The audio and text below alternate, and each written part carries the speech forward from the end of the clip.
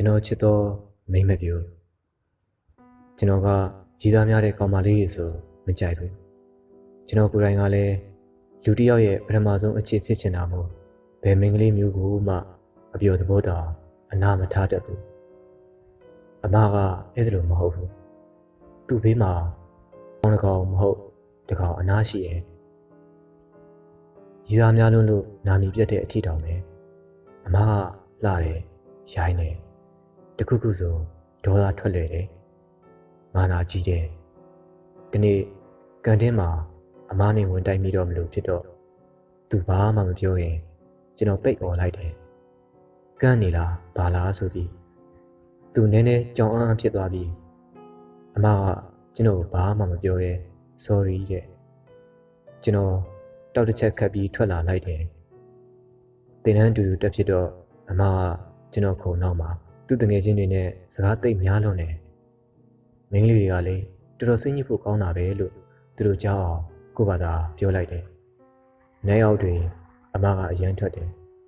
တငယ်ချင်းတွေနဲ့ကလပ်သွားတယ်ဘားသွားတယ်ယောက်ျားလေးတငယ်ချင်းတယုံယုံနဲ့ကျွန်တော်မကြိုက်တဲ့မင်းကလေးမျိုးထဲမှာအမပါတယ်အမအချင်းစရိုက်တွေတခုမှမကြိုက်တာတော့ကျွန်တော်အမကိုချစ်နေမိတယ်ထင်တယ်သူနဲ့ဆုံတိုင်းခရိုင်းရိုင်းနဲ့ကြမ်းကြမ်းတန်တန်ဆက်ဆံမိတယ်အမကိုဘယ်ယောက်ျားလေးမှဒီလိုမဆက်ဆံကျွန်တော်နဲ့လက်တွဲမဲ့ကောင်မလေးကကျွန်တော်အချစ်ကိုအကုန်ရမှာမို့သူ့အချစ်နဲ့အကုန်ရမှကျွန်တော်ကဂျင်းနဲ့မှာအမကိုကြည့်လို့မရဘူးဆိုတဲ့ကျွန်တော်ကအမရှိတဲ့ရက်တွေမှာတနည်းမဟုတ်တနည်းရောက်နေတတ်တယ်မတော်တဆကျွန်တော်နဲ့အသားချင်းထိမိတာတော့မင်းလိုမိန်းမမျိုးကငါအသားထိစီရလားလို့ပြောဆိုပြလိုက်တာပဲအမမျက်ဝန်းတွေကကျွန်တော်နဲ့တွေ့ရင်နေသားပြီးမိုးရွာနေသလိုတိမ်ငယ်သွားတတ်လေရှိတယ်တခြားကောင်တွေနဲ့ရေမောနေတဲ့အချိန်ကျွန်တော်ရှိကဖြတ်သွားရင်အမကခေါင်းငုပ်ပြီးငြိမ်သက်သွားတယ်အမကျွန်တော်ကိုသတိထားမိနေတယ်ဆိုတာကျွန်တော်သိတယ်ကျွန်တော်အမကိုချစ်ပေမဲ့မုန်းချင်အောင်ဆောင်နေမှဖြစ်မှာကျွန်တော်တို့တင်တန်းကိုအမရဲ့ရည်စားဟောင်းလာတယ်အမကိုတောင်းပန်နေတဲ့ပုံပါပဲအမကကျွန်တော်ကိုတွေ့တော့အဲ့လူနဲ့ခက်ခေါ်ကနေလိုက်တာသိထားမိတယ်ဒါရမဟုတ်ပါဘူး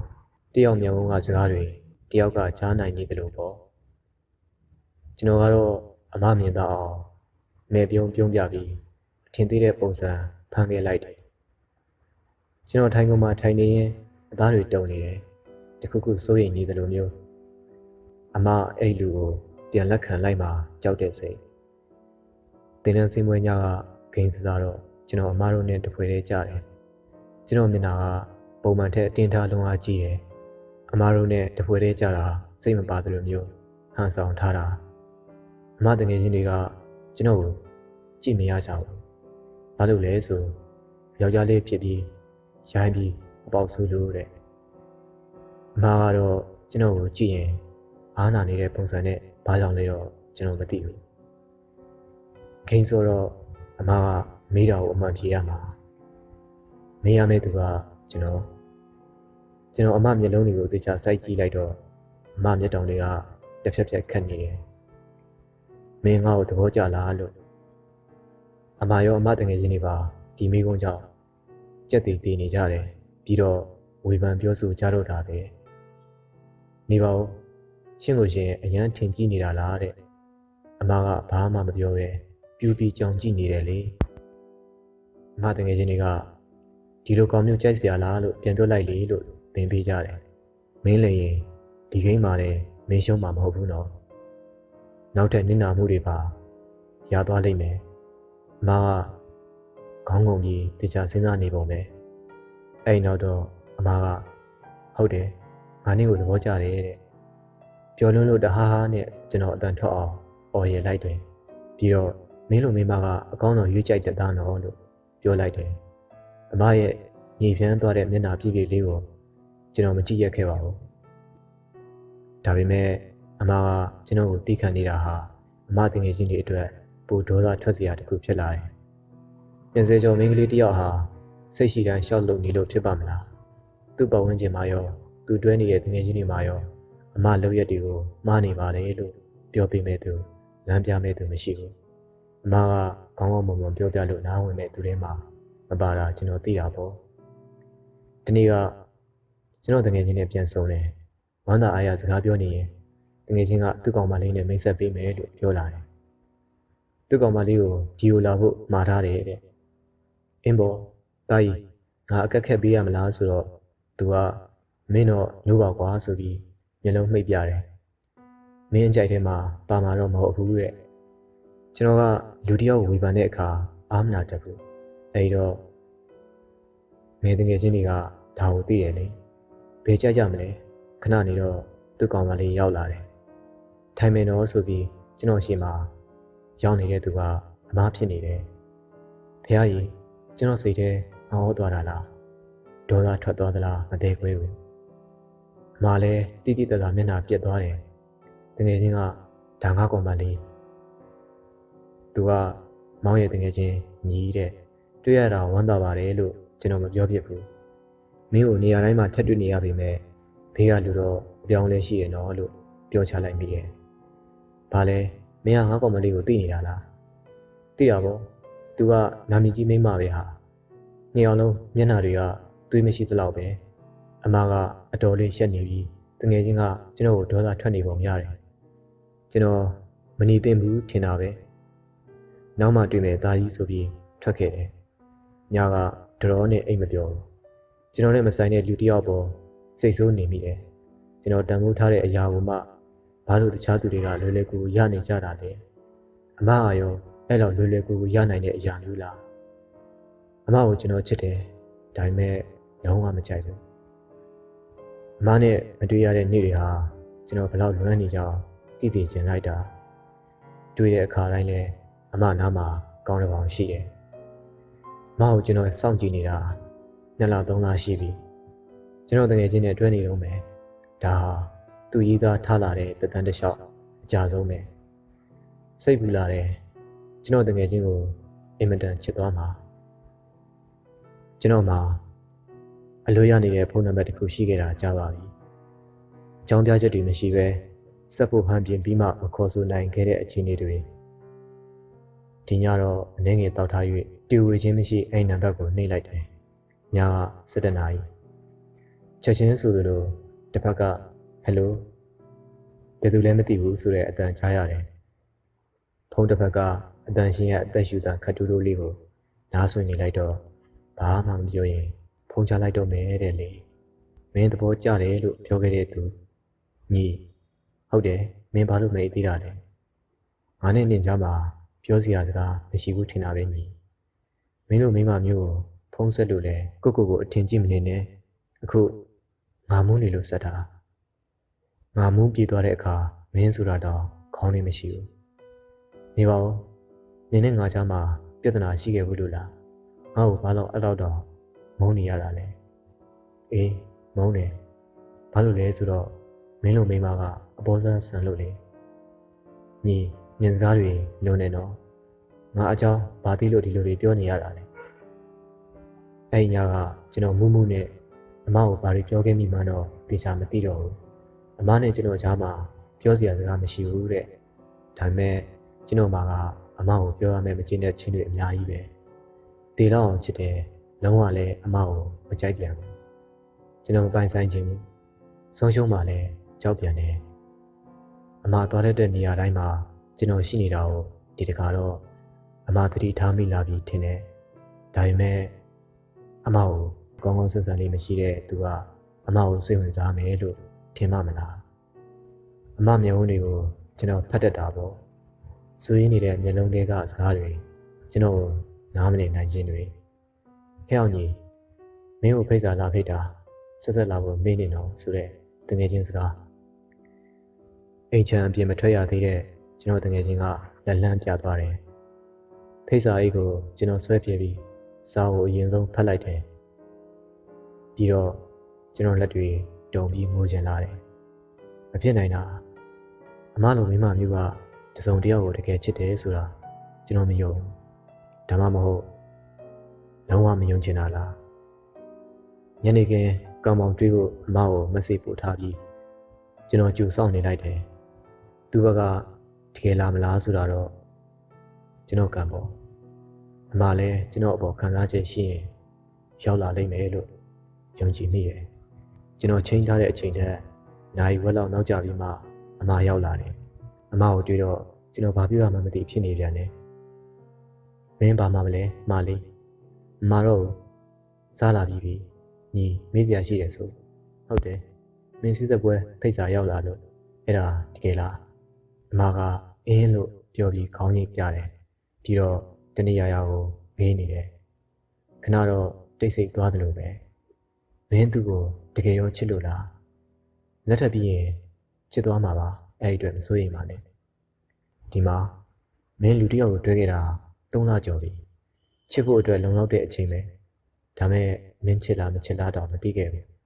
အစာကလေးကမချစ်နိုင်တဲ့ယောက်ျားတစ်ယောက်ကိုလက်ထပ်ပြီးရင်ချစ်သွားမှာပါဆိုတာဖြစ်နိုင်မှာမလား तू ကမင်းကိုချစ်နေလို့ तू ကမင်းအပေါ်ကောင်းနေလို့မင်းသူ့ကိုပြန်ချစ်နိုင်လိမ့်မယ်မင်းထင်နေတာလားအချစ်ကမင်းထင်တယ်လို့မဟုတ်ဘူးနော်ညီချစ်တာနဲ့လက်ထပ်တာမတူတယ်လို့သဘောကျတာနဲ့ချစ်တာလည်းမတူဘူးနင့်ကငါသဘောကျခဲ့တယ်ဆိုတာမှန်တယ်ဒါပေမဲ့ချစ်တယ်လို့ပြောခဲ့တာမဟုတ်ဘူးအဲ့တော့ငါကိုကြီးကိုတာဝင်မဆွတ်ဖက်ဖို့တောင်းပန်ပါတယ်ညီအမကကျွန်တော်မချစ်ဘူးပေါ့မဖြစ်နိုင်တာအမညာနေတာစီးစက်တယ်ဆိုတာလက်ထက်တာမဟုတ်ဘူးမင်းမအခုပိုင်ရှိမရှိဘူးအဲ့တော့မင်းငါ့ကိုအဖြေပေးရမယ်အခုပဲနော်ကျွန်တော်ပြောချင်တာတွေပြောလိုက်တော့ပေါ်ပြက်ပြက်နိုင်သွားလားဟုစိုးရိမ်မိတယ်အမကအံ့ဩတဲ့အကြည့်နဲ့ကျွန်တော်ကိုကြည့်တယ်ချက်ချင်းကျွန်တော်ရှိကထမိပြုတ်ကျွန်တော်အမလက်ကိုလှမ်းဆွဲလိုက်တယ်မင်းငါလိုချင်တဲ့အဖြေကိုအခုဖြေရမှာမဖြေရသေးပဲဘယ်မှသွားရမှာမဟုတ်ဘူးအမကကျွန်တော်မေးတာမဖြေဘူးအဖြေတောင်းတယ်ဆိုတာကိုချစ်တဲ့မိန်းကလေးကိုမှတောင်းတာနင်ကငါ့ကိုမုန်းနေတာလေတဲ့အမကခက်မဲ့မဲ့ပြုံးပြီးကျွန်တော်ကိုပြောတယ်ကျွန်တော်မပြောချင်ဘူးအမကိုအရန်ချစ်နေမိခဲ့တယ်လို့ညနေခင်းဆိုကံပေါင်းကလူသိပ်ရှုပ်တာချို့လူတွေကတော့အမနဲ့ကျွန်တော်ကိုတစ်ချက်ချက်ကြည့်နေကြတယ်ဒါတွေကိုကျွန်တော်ဂိမ်းမဆိုင်ဘူးအမကကျွန်တော်လက်ကိုဖြုတ်ပြီးထွက်သွားတယ်ကျွန်တော်ကအနောက်ကပြေးလိုက်တာပေါ့မသိတဲ့လူတွေဆိုမင်းသားကမင်းသမီးကိုလိုက်ချို့နေတယ်ထင်တယ်အခုကျကျွန်တော်ကဘီလင်ကြီးပါအမလမ်းမောင်းကိုအာယူဆွဲလိုက်တော့အမခန္ဓာအနောက်ကိုအနှဲငယ်ရိုင်းသွားတယ်ကျွန်တော်အမမျက်နှာနဲ့နီးနိုင်သမျှအနီးကပ်ထားလိုက်ပြီးအမမျက်လုံးတွေကိုစိုက်ကြည့်လိုက်တယ်အမကကျွန်တော်ကိုလန့်နေတယ်ထင်တယ်ပြီးတော့အမနှုတ်ခမ်းတစ်စုံကညီထွေးနေတယ်တကယ်နမ်းလိုက်ရတော့မလားကျွန်တော်စဉ်းစားယူလိုက်ရတယ်နမ်းမို့ဟန်ပြင်ပြီးမှကျွန်တော်အမလမ်းမောင်းကိုစုပ်ကင်ထားတာသတိထားမိတယ်အမနာသွားမှာပေါ့လမ်းမကြီးမှာကျွန်တော်ဒီလိုမလုပ်သင့်ဘူးမလားအမကိုကျွန်တော်တန်ဖိုးထားသင့်တယ်လေအမကရှက်ပြီးခေါင်းငုံထားတယ်ကျွန်တော်ငိုချင်လာတယ်အမကျွန်တော်ကိုမချစ်ဘူးဆိုတာလက်မခံနိုင်ဘူးဘေးမှာရှိတဲ့တစ်ပင်ကိုစိတ်ရှိလက်ရှိထိုးချလိုက်တာဘယ်နဲ့ချင်မှမသိဘူးလက်ကထူထူပြီးထုံကျင်လာမှရက်လိုက်မိတာသွေးပူနေလို့မနာသေးပေမဲ့လက်ကတော်တော်လေးစုပ်ပြဲနေပြီသွေးကသိမထွက်သေးဘူးအမကကျွန်တော်လက်ကိုကြည့်ပြီးသူတွေထွက်နေပြီလို့အောင်းကုန်နေတာတနာစရာလေးလို့ချစ်စရာလေးလို့ပဲအဲ့ဒီခဏကကျွန်တော်နာကျင်မှုကိုလုံးဝမေ့နေခဲ့တယ်ရုတ်တရက်ကျွန်တော်သတိဝင်လာတယ်ဒါကခွင့်ကောင်းမယ်မိန်းကလေးတွေရဲ့အားနေချက်ကတနာတတ်တာမလားအမကိုဒီလိုချိန်မှာဖိအားပေးရမယ်လေမင်းကဘာလို့အောင်းကုန်နေတာလဲဒါကမင်းလည်းနာတာမို့လားမင်းမချစ်တဲ့လူတစ်ယောက်ကိုစိတ်ပူစရာလိုသေးလို့လားမင်းငါ့ကိုအဖြေမပေးခြင်းလို့မဟုတ်လို့မင်းဟိုကောင်ကိုချစ်မိသွားလို့အိမ်ပြန်ချင်နေတာမဟုတ်လားပြန်လေအခုပြန်တော့ရပြီအမကမပြန်ဘူးငိုနေသေးပဲကိုချစ်တဲ့လူကကိုယ့်ရဲ့အဆုံးဖြတ်ချက်ကိုတူဝေစေတယ်တဲ့ညီဒါငါ့ဘဝမှာပထမဆုံးတူဝေခြင်းမျိုးပဲအကြောင်းပြချက်လေးတစ်ခုအမလေးတစ်ခုလောက်နဲ့ပြတ်သားခဲ့တာကြီးပဲခုတော့ငါတူဝေတက်နေပြီအဲ့ညနေကမပြောသွားတဲ့စကားလေးဒါပေမဲ့ကျွန်တော်ထားပြီးထွက်သွားတယ်ကျွန်တော်အမကိုမတားလိုက်နိုင်ခဲ့ဘူး မနေ့ကျတော့လက်ကတန်ရနဲ့ရင်ထဲရတန်ရကြောင့်ကျွန်တော်အမတို့စီးသက်ပွဲကိုမသွားဖြစ်ဘူးအခန်းကိုလိုက်ကမဖွင့်ပဲမောင်ချထားလိုက်တယ်ဂရင်မောကဆင်းပြီးကျမ်းပြင်ပေါ်မှာတောင်းကပ်ပြီးထိုင်လို့တယ်ကျွန်တော်လုပ်ရက်တွေမှားရတာလားပေါ့အချိန်တွေကတရက်ကိုတောင်ကြာတယ်လို့ထင်မိတယ်အမကိုဆုံးရှုံးလိုက်ရပြီဆိုတဲ့အတွေ့ကျွန်တော်ဒီနေ့ကိုအခန်းထဲကမထွက်ဖြစ်ဘူးဘာမှလည်းမစားချင်ဘူးဝိညာဉ်ကိုပူဆိုးအောင်လုပ်နေလိုက်တယ်မနက်ကလေးကဘုကောင်ဖုံးဆက်နေတာစက်တိုက်ပဲသူဖိတ်တာမလားလို့ဖြစ်မယ်ကျွန်တော်ကတော့မခိုင်းပါဘူးသူဖုံးလာတာကိုပူစိတ်တူတယ်အမကိုကျွန်တော်တို့ပိုင်ဆိုင်ရပဲအဲ့ဒီကောင်လက်ထဲထည့်လိုက်ရတာအမကရောခုကြမှာဘာလို့သွေးအေးသွားရတာလဲအရင်ကသူ့ပုံစံကဒီလိုမဟုတ်တာဝမ်းလဲနေတယ်စိတ်လဲတူတယ်နေဝင်ပြီးတဖြည်းဖြည်းမှောင်လာမှအခန်းပြတဲ့မောက်တွေဖွင့်လိုက်တယ်စီဂရက်ကိုနှကန်းသားတီးလိုက်တော့ဘာရဲ့မဟုတ်အမကိုတတိယပြန်တယ်မှုတ်ထုတ်လိုက်တဲ့စီဂရက်အငွေ့တွေထဲမှာအမပါသွားမှစိုးရင်လိုက်တာမိကိုဖိတက်ပြီးလုံးချေလွှတ်ပစ်လိုက်တယ်ဒီတိုင်းဝန္တာထွက်ထိုင်ပြီးအပြင်ကိုငေးနေတာဖုံးတန်ကြလို့ကြည့်လိုက်တော့အမဖြစ်နေတယ်ကျွန်တော်အိမ်ရှိမှာရက်နေတာတဲ့လေပြေးစင်ပြီးတကားအမြန်ဖွင့်ပေးလိုက်တယ်ဘာမှတော့မပြောအိမ်ထဲဝင်ပြီးပတ်ကြည့်နေတယ်ပြီးတော့ထိုင်ကုန်မှာထိုင်နေတယ်ကျွန်တော်လည်းဘာမေးရမလဲမသိဘူးအမကပြောတယ်နေ့အိမ်မှာအိမ်ခန်းအပူရှိလားတဲ့ငါအိမ်ကညှင်ချတာခံရလို့နေ့စီမှာခဏနေလို့ရလားမင်းငါလိုချင်တဲ့အဖြစ်မပေးရသေးဘူးနော်ငါစစ်စစ်ပွဲဖြတ်လိုက်ပြီးညီပျော်သွားတယ်စိတ်ကိုမနှဲဖုံးထားလိုက်ရတယ်အမကကျွန်တော်စီတခါတည်းထွက်လာတာလားဆိုတဲ့အတွေ့ကဇဝေဇဝါဖြစ်လာတယ်သိချင်စိတ်လည်းမအောင်နိုင်ဘူးပြီးတော့အမစီကအဖြေကိုလည်းအရင်ကြားချင်သေးတယ်နေရောငါ့ကိုချစ်လာတဲ့ချစ်တာပေါ့ကျွန်တော်အမကိုသိချစ်တာပေါ့စိတ်ထဲကပြောလိုက်တာပေါ့စိတ်ထဲကပြောလိုက်တာပါကျွန်တော်အမနာကိုတဖြည်းဖြည်းတိုးသွားလိုက်တယ်အမထိုင်နေတဲ့ထိုင်ကုန်ရှိမှာအမလက်ကလေးနှစ်ဖက်ကိုစုပ်ပြီးဒူးထောက်လိုက်တယ်အမမျက်လုံးတွေကหนีရဲနေတယ်ကျွန်တော်လည်းငိုချင်လာတယ်ကျွန်တော်အမကိုအရင်ကတည်းကသိချစ်ခဲ့တာဒါပေမဲ့အမပုံစံကိုကျွန်တော်မကြိုက်ဘူးခွင့်မလို့ချင်ခဲ့ဘူးချစ်တဲ့စိတ်ကြောင့်ရွယ်ပြီးကြင်ကြင်တန်တန်ဆက်ဆံနေမိတယ်ချစ်တယ်ချစ်တာထက်ကိုပိုခဲ့တယ်အမကကျွန်တော်နှစ်ဖူးကိုနမ်းတယ်အဲဒီနောက်တော့နှစ်ယောက်လုံးငိုကြတယ်ငိုလို့မောပြီးနာကျင်မှုတွေတက်တာလာတဲ့အခါအမမျက်ရည်တွေထပ်မကျဘူးကျွန်တော်ဖေးပေးမိတယ်မျက်ရည်တွေကြောင့်ဆူဆွတ်သွားတဲ့နှကန်းတစ်စုံဟာကျွန်တော်အပိုင်ဖြစ်ခဲ့ပြီလေကျွန်တော်အမကိုညားလိုက်မိတယ်ပြီးတော့အရန်ချစ်တယ်လို့ပြောရခဲ့တယ်ချစ်တယ်ဆိုတာဖွင့်မလည်းမြုံအနေနဲ့စကားပြောနိုင်တယ်စကားလုံးတွေထက်အပြုအမူတွေကတက်သေးတွေမို့ချစ်တာဘယ်လိုလူမျိုးမှဆိုပြီးရွေးချယ်နိုင်တဲ့အစွမ်းမရှိခဲ့ဘူးအကောင်းလေးတွေကိုထိမ့်သိမ့်ပေးပြီးအမားလေးတွေကိုပြုပြင်လာမှဖြည့်ရှင်းနိုင်တာအချစ်ရဲ့